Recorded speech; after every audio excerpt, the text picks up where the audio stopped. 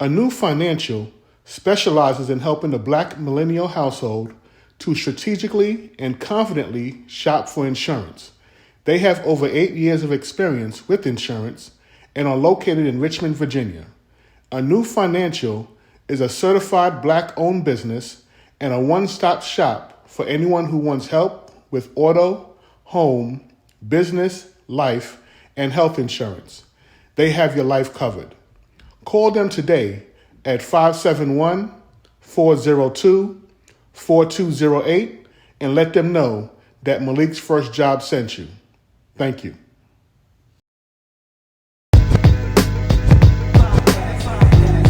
Malik's First Job Podcast, here to answer any questions that y'all ask. Financial literacy and resources. Parents and young people becoming bosses. CEOs, future leaders, entrepreneurs. Conferences and boardrooms getting sponsors secured. If you want generational wealth, Brooklyn's own Kerwin Phillip with information to help. Malik's First Job Podcast. Malik's Podcast. Brooklyn's own Kerwin Phillip. Kerwin Phillip. Malik's First Job Podcast. Brooklyn's own Kerwin Phillip.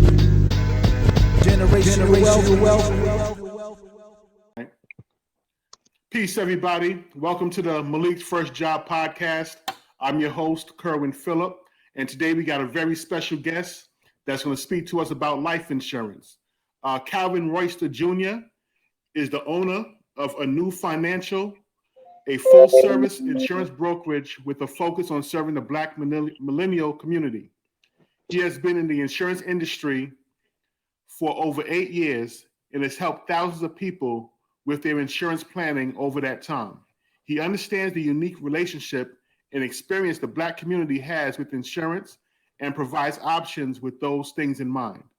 His passion is to improve Black wealth, promoting Black businesses, coaching entrepreneurs, and educating on sound insurance principles are part of his contribution to help bring balance to the racial wealth gap. So today I welcome Mr. Calvin Royster Jr. How you doing, sir? I'm doing good, man. I appreciate you. Yes, sir. Yes, sir. So let's go ahead and dig right into it. Now tell me, we're going to talk about life insurance today, right? What exactly is life insurance and why is it important? So in its simplest form, it's simply an insurance policy on one's life that will pay out upon a passing. And why it's so important is because if you look at it at a macro scale, right, we zoom out and look at it from a community perspective, it directly impacts how we can improve where we are as far as the wealth gap goes. Because there's no secret that Black people as a whole have been at the bottom of the wealth gap in just about every chart that you can pull up. And one of the ways that I think that we can approach and improve that is through life insurance because of how it works. And so that's why it's important for me to educate people on that. When it comes to life insurance, yes, we have it to where it will pay out when you pass, right? That's a given. That's a guaranteed event that's going to happen. It's just like taxes. We know that there's an expiration date on everybody happens to somebody. So why not, as a community, put ourselves in position to benefit from something that's guaranteed to happen, right? So that's one side of it. But also, once we start to peel back the onion, so to speak, and understand that there's layers and levels to life insurance, there's ways that we can position ourselves to leverage life insurance to actually grow and accumulate wealth while we are here and benefit us while we are here along the way, and also ultimately putting ourselves in future generations, setting them up for failure. I'm sorry, for success, in the future. So that's basically it in a nutshell as far as what life insurance is and why it's important. Okay. Now you said that there's layers and levels to life insurance. Can you kind of elaborate on that a little bit? Absolutely. So again, I think we all have a good understanding of the basics of how it works. Pays out when somebody passes. Now, there's other features and benefits that it has that we can also benefit from while we are here. So one of them would be living benefits, which are simply if somebody was to be diagnosed with cancer, heart attack, stroke, severe comas, even critical injuries, things like that, that could have us out of commission for periods of time that could essentially eat away at those nest eggs of money that we may be saving away for retirement or just our day to day. Because if you look at how many of us in the dynamic of our households are living check to check, what does it look like if one of those events were to happen in our lives? And how can we basically minimize and mitigate some of how much that could negatively impact us? So this is where living benefits comes into play. If any of these events were to happen, you're actually able to get a lump sum of your policy in advance and today. So if you have, let's say, a $500,000 policy and you have one of those triggering events happens, the insurance company is going to cut a check of up to however many hundreds of thousands of dollars to you directly. You can use it to pay your medical bills. You can use it to cover your mortgage, your rent. You can make sure that your focus now goes from how do I get by while I'm recovering to let me focus on my recovery because the money is fine. So that's one step. Another thing that where it starts to get more advanced is when we start looking at permanent life insurance, which is where it's a policy that covers you for your entire life. This is where we have a lot of options because now we're talking about growing your money, but not just growing your money in a tax advantage way. And what I mean by that is as your money grows in what's we'll call a cash value account, which is simply when you pay into your policy every month, a portion that's going to go off into a cash value account. Think of it almost like a savings account. That's going to grow over time. As that grows, you're able to tap into this money and leverage it for other opportunities. But when you access the money, there's no taxes on it because it's not considered an income, which allows you to get a lot more for your dollar. But also, when you use this money for other opportunities and you leverage it, you also are going to have the money grow in that account based off of what you leverage against. So it makes a little more sense when I give numbers. So let's say you have a policy that you've paid into for a few years, right? And you've got, let's say, $2,000 in there. And you want to go borrow against it because you want to get inventory for your business or put a down payment on a car, whatever it may be. It's your money, essentially.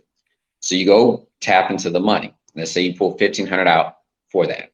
Now, at the end of the year, your money is going to grow based off of the $2,000 because you never pulled that out that account.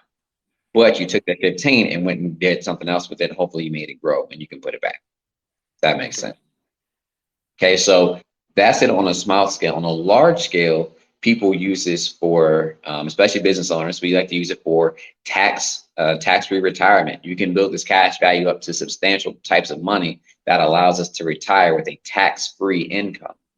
And so when you start talking about stuff like that and different ways you can do like collateral assignments and this, that, and the other, I mean, it's so many things that we can do with life insurance. It's so much bigger than let me spend $20 on a policy, get as much as I can get. And if I pass in a certain period of time, my family will get money. There's so much more we can do to it. So that's what I mean by the layers. Okay. Now, to kind of piggyback off that question, because when people speak about life insurance, you hear so many different terminologies. You hear about term policies, whole life policies, universal life policies. Can you explain the difference between all of those? Sure. So term insurance is just that. It's for a fixed period of time. So basically, typically it's 10, 20, 30 years. So what most places will look at. At the end of that period of time, your policy will essentially increase based off of your new age. Think of it almost like rent, right? Like years from now, after your lease is up, you're going to pay more than what you did when you first entered your lease because the market is demanding a new price from you, right? So it's the same thing with life insurance. It's based off of your age and your health. So if you're 10 years, 20 years, 30 years older, you're going to pay what the market is demanding for you being 10, 20, 30 years older. And what happens is most people cannot sustain that payment at the end of that. So essentially it expires, but that's the term. It's good for a fixed period of time. Within that period of time, if you pass, the life insurance pays out. It's pretty straightforward. You can get those living benefits I mentioned earlier on a term policy. So it's still a good policy. Just understand the ins and outs of it. And that's that. Okay. The whole life and universal life, they fall under the permanent umbrella because both of them can last you your entire life. So with that, the price points are a little bit different, right? Because it's for your entire life that you can be paying for. but in exchange, you have a lot more options. So again, they're permanent, but they also come with, most of them will come with a cash value option, which essentially is what we hit on earlier, where you grow it and then you can leverage it for other opportunities. You can also get the living benefits with them as well. And the other point that I'll make about the whole and universal life is you can grow them a couple different ways. So on the whole life side, you can grow your cash value account typically based off of, at minimum, a fixed interest rate. So generally speaking, it's about 3% that you can get from pretty much anybody as far as an insurance carrier for growth on your dollar in a cash value account, 3%. There was a law that passed earlier this year, though, that actually gave insurance companies relief, because insurance companies say, hey, the market's taking a hit, man. We can't maintain 3%. So they've actually adjusted it down to 2%. So some companies will do 2%. Some of them stayed at 3%. Just depends on where you're at. So it's important to be able to know where to go and things like that. The other side of it, on the universal life, there's an interesting way to grow your money, where it's you have the option to index or index crediting, where essentially your money is not physically in the stock market, but it will mirror the growth of the market. What I mean by that is, let's say, there's all these different buckets and allotments of where you can put your money in the index crediting type of account.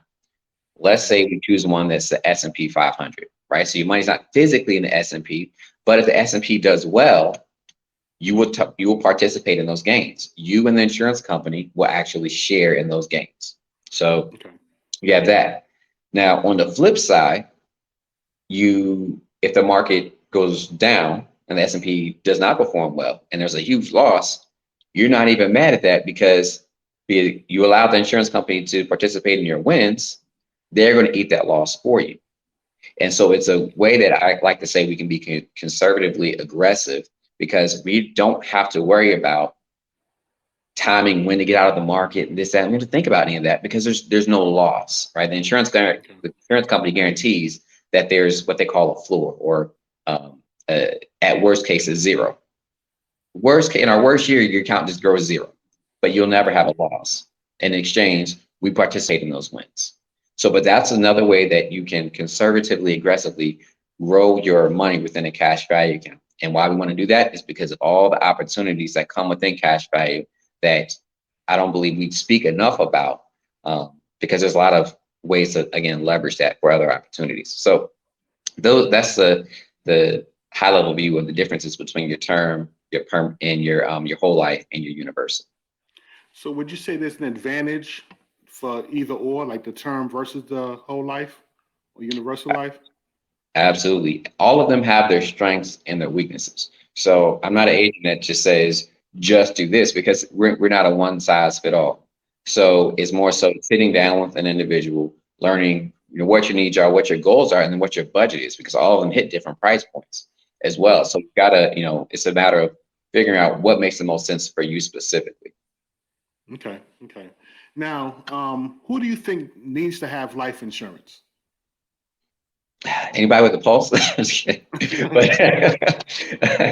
but no, seriously. I mean, you can get life insurance as early as 14 days, in some cases even sooner than that.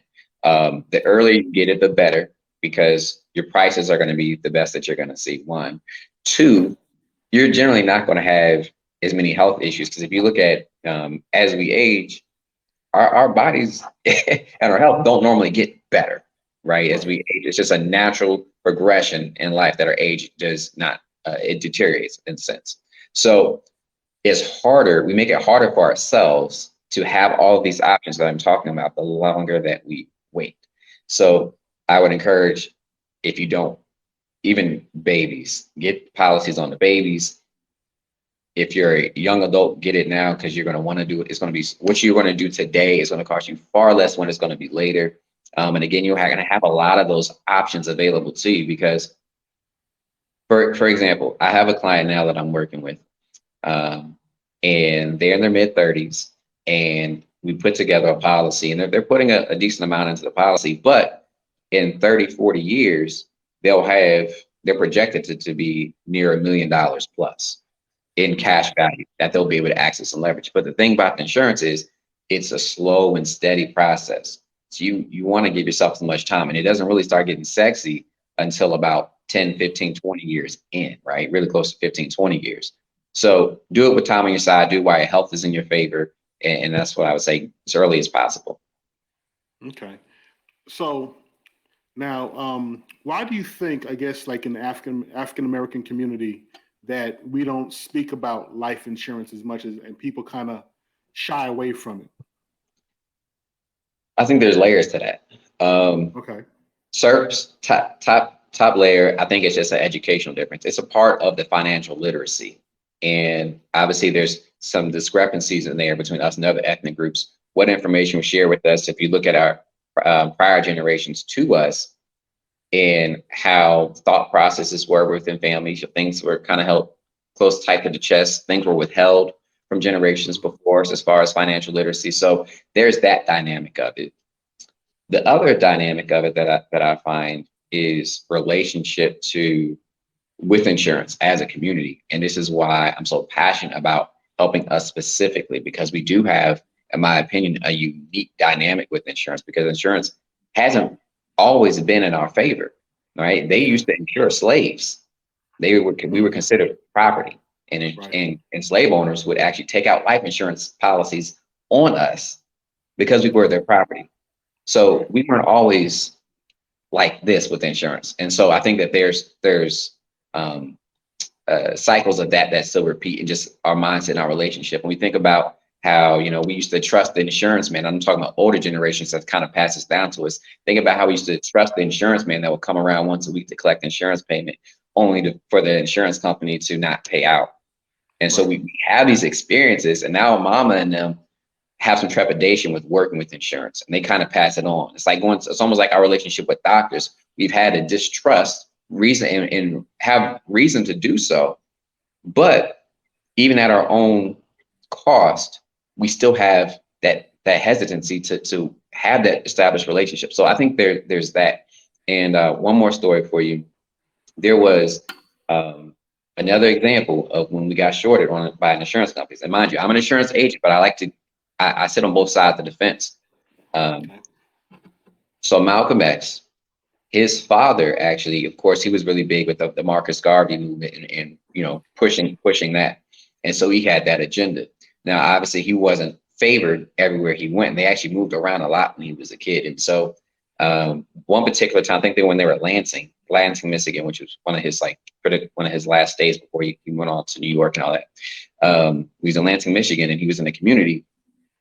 Again, he had a lot of run-ins with the KKK, and I think they had the Black Knights, which was like the black hooded KKK. And so he had two insurance policies, one small one, one large one. And so when his father was murdered, they basically laid him across the railroad track, beat him to death, led him there. His body was dismembered. So you got that. One of the companies, the smaller companies, paid out. The larger company said, he killed himself. So with stories like this that we see in our community that stick with us, that stuff gets passed down. And so I think we have the hesitancy to go out there mixed in with the financial literacy discrepancy. All that comes together. And I think that's why we have the understanding and the walls up when it comes to life insurance. As a busy entrepreneur and business owner, do you find yourself overwhelmed with day-to-day tasks? Intervision Consulting provides virtual assistant services to entrepreneurs, coaches, and nonprofit organizations, taking on those everyday tasks while leaving you time to focus on the things you love, being more productive, and having more flexibility and freedom. Put yourself and your business first. Visit intervisionllc.com or call 804-420-2306 to schedule a free consultation today and learn more about how Intervision Consulting can support you in taking your business to the next level. Okay. Now, you had mentioned earlier about the fact that it's harder, I guess, as you get older, your body, deteriorates, if you want to say that. Now, is it possible for older people to get life insurance? Absolutely. I mean, at the end of the day, there's always going to be an option when it comes to insurance, generally speaking. Okay. It depends on who you're working with, right? The agent or the broker of your choice, if they have the option or not. But there's always an option. Now, when it comes to that, though, the options available you might not be crazy about, but there will be an option. You know, when we age and you know, health may have some health challenges that come along. We may be looking at a lot more simple policies. They're not going to give you $1 million in coverage. You might get $50,000. You might have to put a couple small policies together to get a decent amount. But that's the kind of thing that we're talking about. So if we look at the grand scheme of things, if we're waiting until we're in situations where we're limited to how much cover we can get, how does that impact how we can improve the wealth gap? And that's what I go back to. And that's why I like to talk about it before we get to those points. And, you know, if you're at that point, you know, we'll still help you get as much as you can and make sure we can at least try to cover your funeral costs. But that's kind of the difference. Okay. Now, I know oftentimes like people like let's say in the those circulars you get in the mail, you get like little Gerber insurance offers. What are your thoughts on those? I'm not crazy about them, and here's why. And mind you, I'm contracted to sell Gerber. So Okay. so with that being said, I'm still not crazy about them.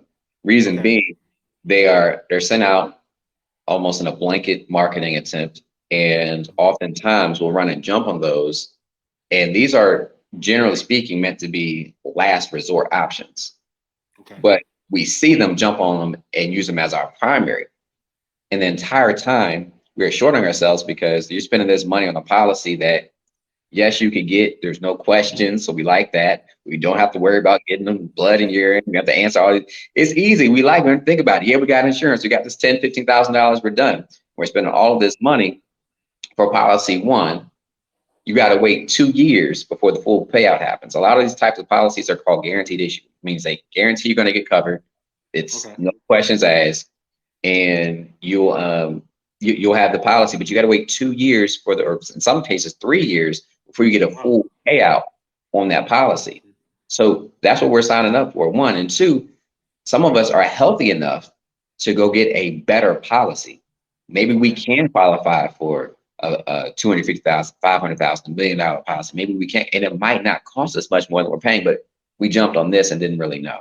And so that's my issue I have with it. It's broad. We jump on it because we don't know any better, and the entire time we could be better served elsewhere. Okay. And what about those? Now, what about those insurance policies that's offered through like a bank, a financial institution? Like they'll send the little mailers. Yeah, man, I'm glad you brought that up because those normally are going to be accidental death and dismemberment policies. That's what you're typically seeing. They'll be even less. So we're even more excited. I actually had a client call me with that the other day. Man, they said I'm going to get, it was something for like $100,000 for like $4 a month. I like that life insurance policy. Yeah. So those are typically accidental death and dismemberment policies. They're so cheap because they're not going to pay out if you pass. They're only going to pay out if you pass based off of certain circumstances, which are very unlikely to happen, I should say. So they're very hard that they'll happen. Is if it's you died by way of accident. So if you're like in a plane crash or on a train or something like that, some kind of accident that caused that. If you're dismembered, so if you lose loss of limbs, sight, I believe hearing as well, things like that, then you can that's where that policy comes into play. But that's why they're so cheap and so affordable. But that's normally what you're going to see from a bank. I think some of them do have partnerships with insurance companies, but it's going to be the same thing where they may just position it as you can get this just to get you to call in, but that's not what you're actually going to pay. You actually got to talk to somebody. They've got to get your specifics and then quote you and stuff. Right. Okay. Yeah, I think I remember like several years ago, my grandmother passed. You know, it was said that she had a policy through the bank, and I'm calling, and they're like, well, you know, like they didn't want to pay out. And, you know, as I did more research on it, it was the same thing as you mentioned, was because, you know, it didn't fit the criteria which they had set for the policy to pay out. So, you had to read like the fine print on the paperwork to figure out, okay, this is what it was. So, Absolutely. all right. So what about people who say, well, I don't need a policy because I got insurance through my job. I got life insurance through my job. Yeah, so I mean, here's the thing, especially in today's day and age, like that maybe could, I'm never crazy about the concept, but that maybe could have flew, 80, 100 years ago, right? We still had pensions and people stay on the job 30 years. But if you look at the average lifespan of somebody's position with the company, you're not likely to retire there, right? So if we already know that you're going to be moving around, you might as well put something in place that's not dependent upon your job because people got laid off, especially look at the pandemic. How many people lost jobs? They essentially lost their insurance. And that's why a lot of me and other agents, insurance has been very busy pandemic because we realize, oh, my benefits are not forever. But also, there's been big companies that have gone on record to the liking of 3M, like who do the tape, and they do the 3M, Sears. They actually took the people that retired through them, their retirees. They actually decreased the amount of insurance they got from. Wow. Yeah, that's a recent history. So like last few years. So you've got so if you're relying on the employer to provide insurance, please understand it's up to their discretion if that's what it's going to be. So so there's one side. The other side of it is you'll have a lot more options again on the private market and getting something on your own that you can take with you regardless of where you're working. Okay. All right, cool. So what's the process? Let's say a person says, okay, I want to get life insurance. I want to get life insurance for my family. What's the normal process they can expect to go through to apply for a policy and, get it?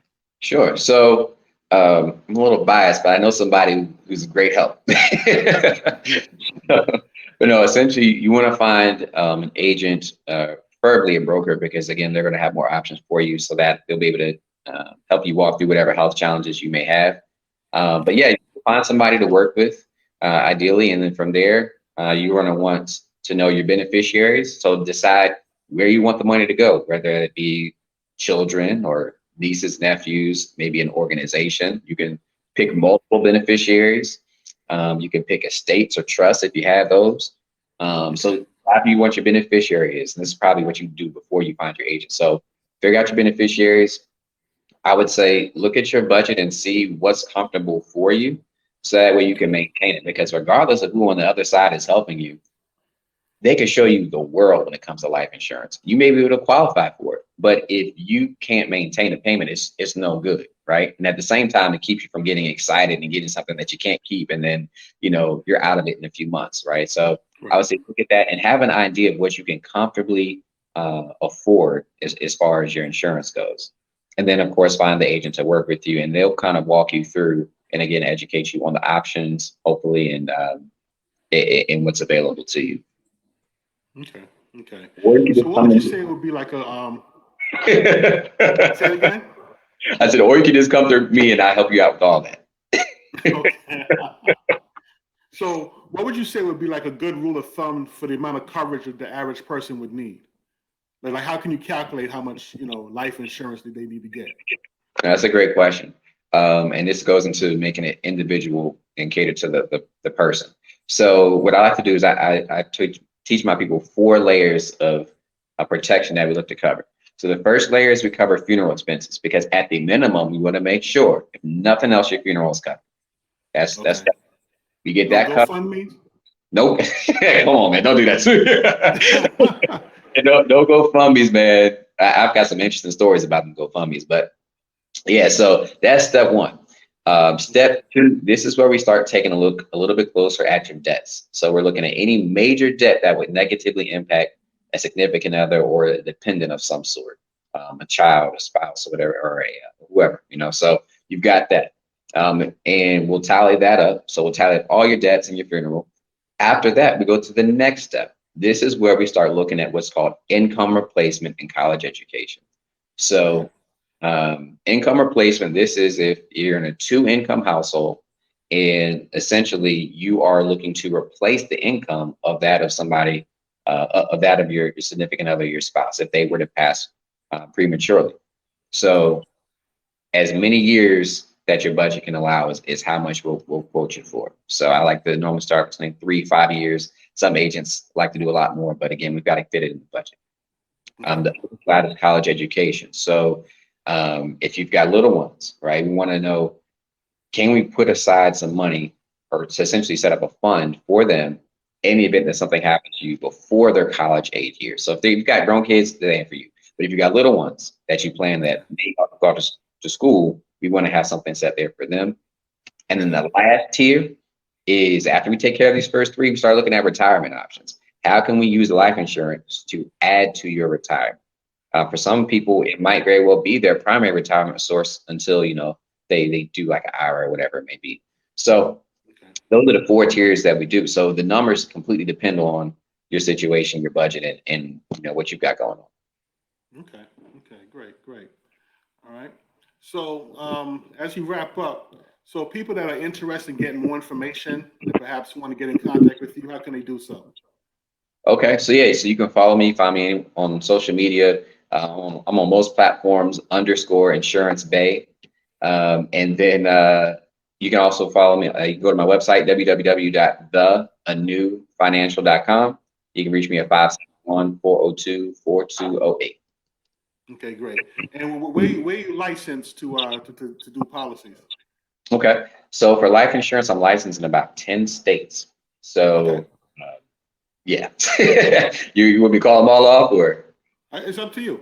Okay, man. So real quick, Washington State, Texas, Illinois, Oklahoma, Georgia, Florida, Virginia, Maryland, Ohio. I think that's most of them. I think I got most of them. Yeah, Michigan. Okay. That's what I'm missing. Michigan. Nice. Okay, Any of those states. great. All right, cool. All right, so again, if you're in any one of those states or maybe a different state, but still want to get more information about how life insurance works and answer, get some more questions answered, definitely reach out to Calvin. He has all the answers. Right? Appreciate it, man. Not just limited to one type of insurance. He can give you a broad spectrum of different type of policies and what may work best for you. All right. So thanks again, Calvin, for coming on. Anything you want to mention before we wrap up? No, man, I appreciate you for having me. I'm excited to hopefully continue to do this with you. It's so important to get the education out. So thank you. Oh, yeah, definitely. Yeah, we're definitely going to bring Calvin back because, again, it's not just life insurance. There's other types of insurances that we need to know about. Again, as we speak about financial education, we want to make sure we get all of those bases covered. All right. So thanks again, and we'll talk to you soon. Peace. All right, sounds good, man. All right. Malik's First Job, Financial Principles for Teens, is an excellent resource to get your children started on understanding the basics of financial literacy. This book, which is set in Brownsville, Brooklyn, about a young man who gets his first job and then shortly thereafter sits down with his dad to learn how to manage his money. There are several topics that are covered within this work, such as paying yourself first, disciplining your spending, knowing the difference between an asset and a liability, creating multiple sources of income, as well as the importance of being charitable. So again, if you want to get your children started on understanding finance and becoming responsible adults, we highly recommend that you purchase the book, Malik's First Job, Financial Principles for Teens. So please visit maliksfirstjob.com to get more information. Peace. Generational wealth.